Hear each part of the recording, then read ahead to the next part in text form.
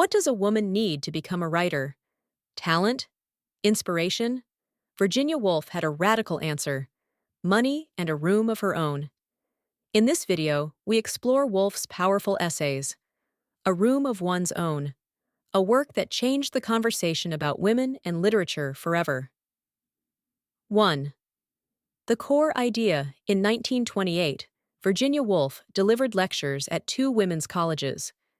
Her message was simple but groundbreaking. Women had been excluded from literature, not because of lack of talent, but because they lacked the financial freedom and space to write. This idea became the foundation of A Room of One's Own. She talks about the necessary conditions for women to write fiction, and she indicates that a woman needs money and a room of her own to write. 2. Women in literature of men. In her essay, she gives examples from literature and compares between some male writers who adored women in their writings, while other writers detested them. She wonders why some men were angry at women reading. 3. Woolf explains the reasons beyond the lack of women's publications by asking, what else is keeping women behind? She answers the question by explaining that women have to be pregnant, raise the children, and do the errands. They are responsible for all the unwanted duties, and they are not encouraged to be an artist. Therefore, talented women were afraid of showing their talent in order not to disappoint their fathers and families. 4. The fictional Judith Shakespeare.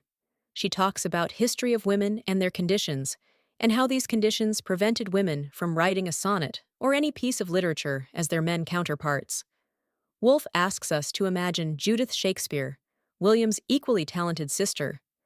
But unlike William, Judith is denied education, forced into marriage, and never gets the chance to write. Woolf's point? History erased countless women's voices before they could ever be heard. The gender gap in literature. For centuries, male writers dominated literature. Women were often depicted in extremes, either angels or villains. Woolf challenges this and calls for women to write their own narratives. She talks about the gender inequalities. Woolf adds that there are some books that talk about the inferiority of women. She praises women writers who had to fake male names to share their ideas, such as George Eliot. She explains how women had to pretend to be men because everyone in the society had believed that women are incapable of writing or that they received help from male writers. 6. The role of economic independence. Woolf herself received an inheritance, which gave her financial independence. She contrasts this with women who had to depend on men. Without money, she argues, writing becomes nearly impossible. She mentions the importance of having good nutrition and food. She adds that women should have power. However, rich people want to keep the power.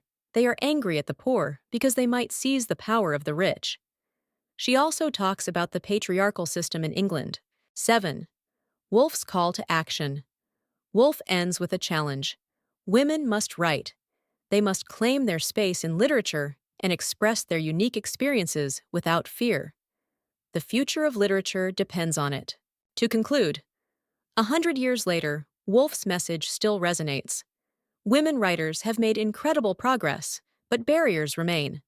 So, the question remains, have we truly secured a room of our own? I hope that this video has covered all the important points that Virginia Woolf deals with in her collection of essays. Subscribe for more literary content. See you in the next video.